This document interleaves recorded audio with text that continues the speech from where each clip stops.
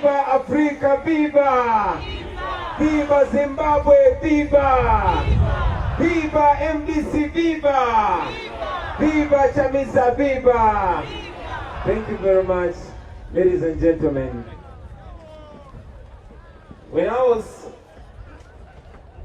entering Zimbabwe at the airport, I had to sign an understanding that I'm not coming to Zimbabwe to sing. I understand it because in most countries, one has to get permission to get employment. And because I'm mostly known as a performer, I understood it. But I also understood it further because my music is not just entertainment, it is edutainment. And that is why my music has been banned in Uganda and in all countries that fear revolution through music. However, with your indulgence, Mr. President, I will request you to allow me to just jam with the brothers and sisters in just 2 seconds. And I'm going to sing together. This song, I first sang it in Uganda. I'll sing for you the Ugandan version, and together with you we shall edit it to the Zimbabwean version. This is how it goes. Uganda, Uganda, you sleeping mama land. Yeah, just wake up mama land. So now I want us to do it in Zimbabwean style. And here we go. Zimbabwe, Zimbabwe, sleeping mama land. Yeah, just wake up mama land. One more time, let's sing together. Let's go. Zimbabwe. I can't hear you. One more time. Zimbabwe. You sleeping mama land. Yeah. Just wake up mama land. One more time for Zimbabwe. Let's go. Come on. Zimbabwe. Wow, somebody's touching a guitar. And that's my brother Nubian. Give me that vibe.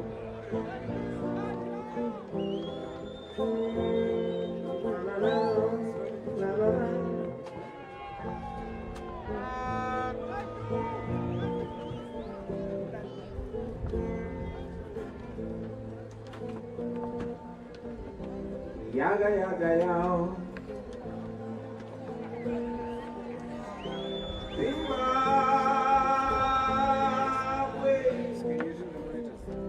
Zimbabwe, sleeping mama land. Wake up mama land. Is somebody hearing me? Zimbabwe, sleeping mama land. Wake up mama land.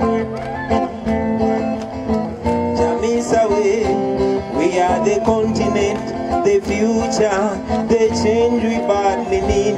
We are the country, we are the future, we are the change we badly need. We are the youngest population in the world, we stand a chance. We are the leaders of the future, and the future is today. If we only come together, we can change our destiny. If we only come together, we can change our destiny. If we only come together, we can change our... Sing along, Zimbabwe. Sing with me now.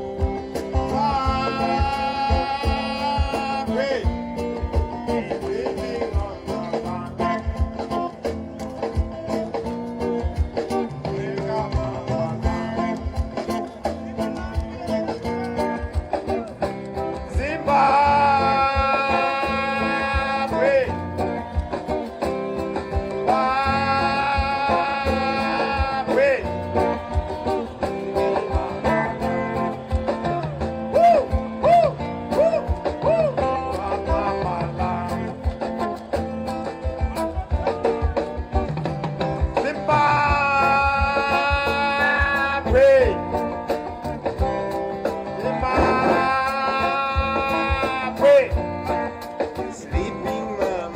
Thank you. I got the next microphone. Let me sing with the president. Zimbabwe is sleeping mama land. Wake up mama land. Woo! We are the country, we are the future, we are the change we badly need. We are the country, we are the future, we are the change we badly need. We are the youngest population in the world, we stand a chance. We are the leaders of the future. Are you feeling?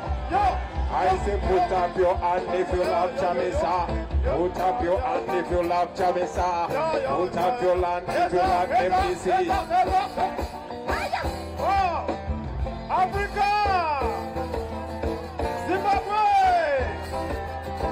Come on, come on, come on, come on, come on, Zimbabwe!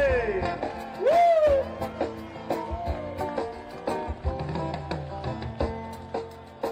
Thank you. Thank you.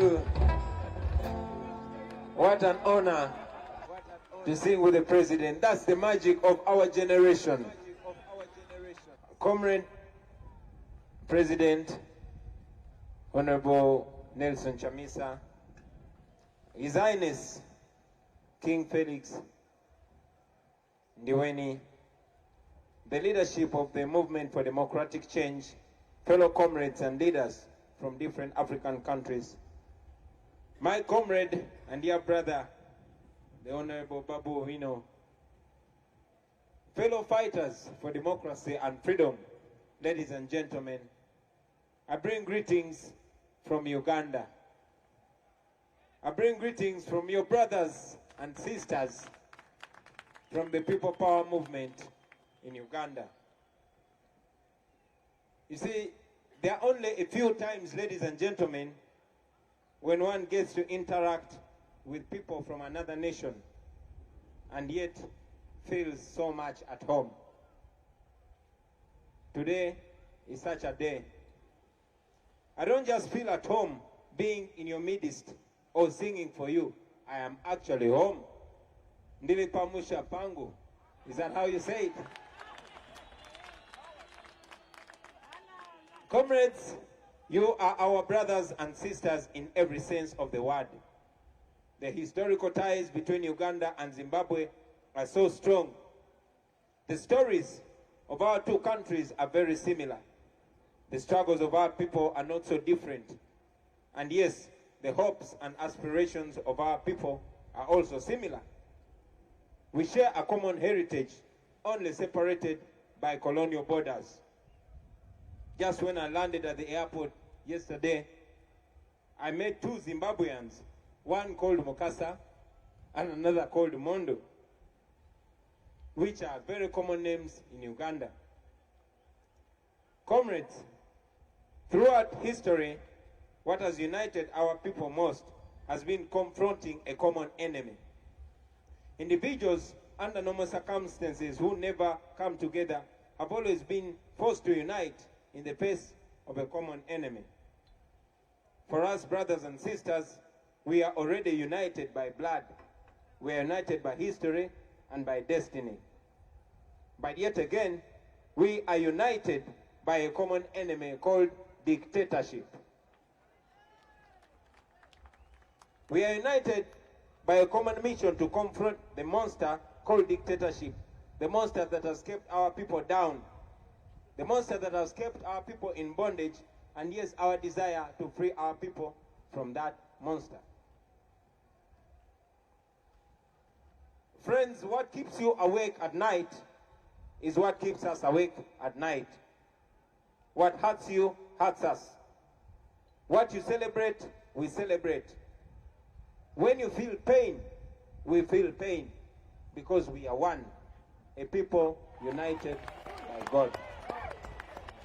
We are therefore deeply honored and glad to be invited to this Congress of the Movement for Democratic Change in Zimbabwe. Viva MDC, viva! Viva MDC, viva! Let me also take this opportunity to teach you our slang, our slogan as the People Power movement in Uganda. When I say people power, you say our power. And when I say our power, you say people power. People power! Our power! People power! Thank you very much. Friends, we acknowledge your commitment to the freedom of the people of Africa and the citizens of Zimbabwe. I personally want to pay tribute to the founding father of the MDC, the late great leader Morgan Richard Tsvangirai, who I deeply respect. He's a man who we all learn from. I personally can never forget the images I saw on TV of him battered, wounded, his ears oozing with blood, and yet rising up and saying, "No, sir, you have beaten me, but I am not beaten." That was Morgan Tsvangirai. Every day, until he passed on, he woke up to advance the struggle for justice, freedom, and equality. That struggle that he left in your hands, our hands. So we must never betray him. We must always stay true to him and to all the ordinary citizens. Many of them have paid the ultimate price in the struggle for the liberation of our people. May their memory be blessed. While we were disheartened by the loss of President Tsvangirai last year, it was also a great relief that we saw a new breed of leaders who were ready to continue with the great work to push for the democracy, good governance, and rule of law. In particular, I want to thank and pay respect to my brother, Comrade Nelson Chamisa, who stood up courageously and has shaken not only Zimbabwe, but the entire continent of Africa. You, sir, are an inspiration to many of us. We learn from you and we respect you. Your resilience amid these very difficult odds has encouraged many of us on this continent to fight hard for what we believe in at whatever cost, and never ever to give up. Comrades, the story of many African countries has been a story of unfulfilled hopes and broken dreams. I'm sure that you are all familiar with our history. We all recall how many times our people have dreamt of a new day, only for them to go back into the darkest of the night. We are aware of the disappointments and the betrayals of the hopes that our fathers and mothers have had. So today, we gather here in Zimbabwe, a nation that has witnessed the good, the bad, and the ugly. They've witnessed the sad story of unfulfilled hopes. Decades ago, we as a people, we were colonized. Our fathers and mothers became so tired of colonial rule. They struggled to end it. They demanded for self-governance. They mobilized, they organized, they rallied the masses, and at different times, and in many cases, a very huge cost in terms of lives of our people was paid. But finally, we won our independence. Our fathers and mothers jubilated, and our fathers and mothers indeed burst in song. A new dawn had come upon them, or so they thought. They felt very hopeful that our nations were finally in their own hands. They had the chance to shape their destiny. With colonial rule finally defeated, they were confident because the destiny of their countries were finally in the hands of their sons and daughters. Personally, back home, I'm sure many of you don't know where I got my Christian name. My Christian name is Robert. And my parents gave me that name after a great African leader of that time, one Robert Mugabe. He was a prized revolutionary, and how he descended from the great respected leader that he was to a despised autocrat is a very sad story for our history in Africa. But also it is a big lesson for all of us present today.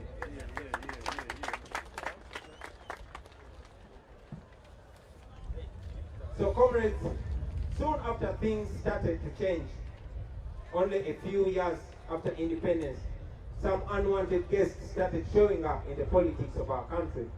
Selfishness, greed, mistrust, name them. The new liberators had become the new colonial masters.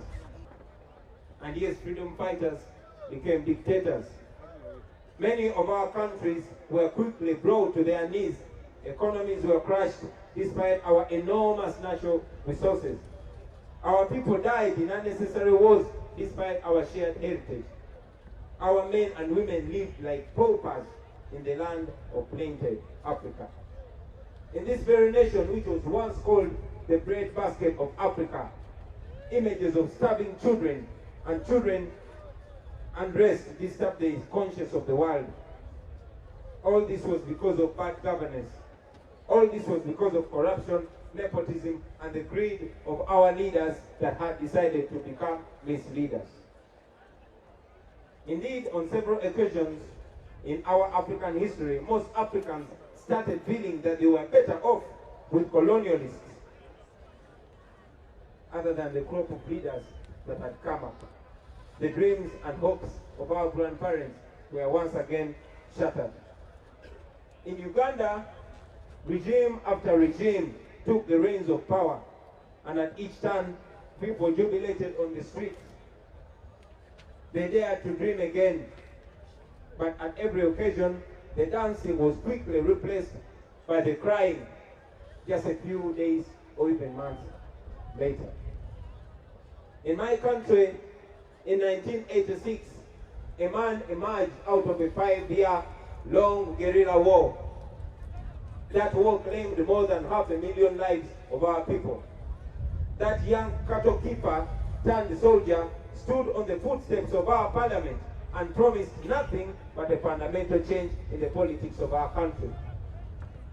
He promised to preside over a country based on the principles of unity, democracy, equality, and social justice. He said that Africa's problem was not the people, but leaders that overstay in power. As we gather here today, ladies and gentlemen, President Museveni has been in power for 33 years and is showing no sign of quitting. Another betrayal of dreams. I would be repeating myself, ladies and gentlemen, talking about what you people have gone through since you got independence in 1980. Our nations now rank very highly in corruption and unemployment. Poverty levels are through the roof, and all the principles of good governance have indeed been thrown through the window. The new colonizers have been merciless. For lack of a better word, they are gangster. They have colonized the central banks. They've colonized the courts of law. Many times elections are only a sham. Those who organize them have been colonized. They have colonized the police and they've colonized the military. They have enriched themselves while the healthcare system limps and the education system is a shame. Many who have dared to stand up against the new colonizers have been tortured and lawfully detained, exiled, or even murdered. Most of us here, ladies and gentlemen, are victims of such excesses. The youth who agitate for change have been dismissed as distractors. Where they are overpaid, they won't tolerate anyone whose noise seems to distract them from eating. Our governments have mortgaged our countries to the highest bidder while pretending to be Pan-Africanists. Debts that our children and their children will have to pay, even when the loans acquired are blatantly misused or stolen. As the majority of our citizens are impoverished, those in charge of our affairs continue to enrich themselves and their cronies.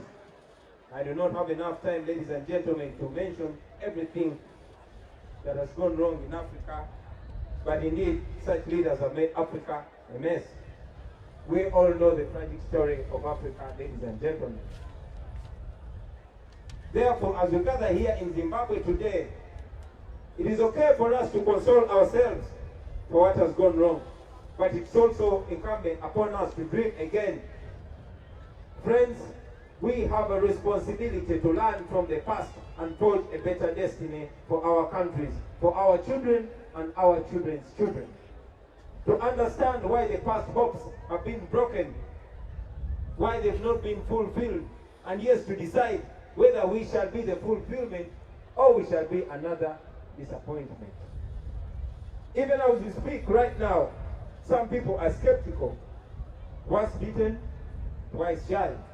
They wonder if we're not promising another false hope. I have personally been telling my people in Uganda not to look at me as the next prophet or the next liberator. I implore all of us, friends, all of us leaders that are present here today, not to see ourselves in that light. Time has come for Africa to dismantle the big man syndrome and build institutions and big ideas. Time has come, friends, for us to put an end to gun power and build people power. Time has come for us to let the citizens of our country to truly determine their destiny. For example, those of Burkina Faso, those of Gambia, those of Algeria, and recently, those of Sudan.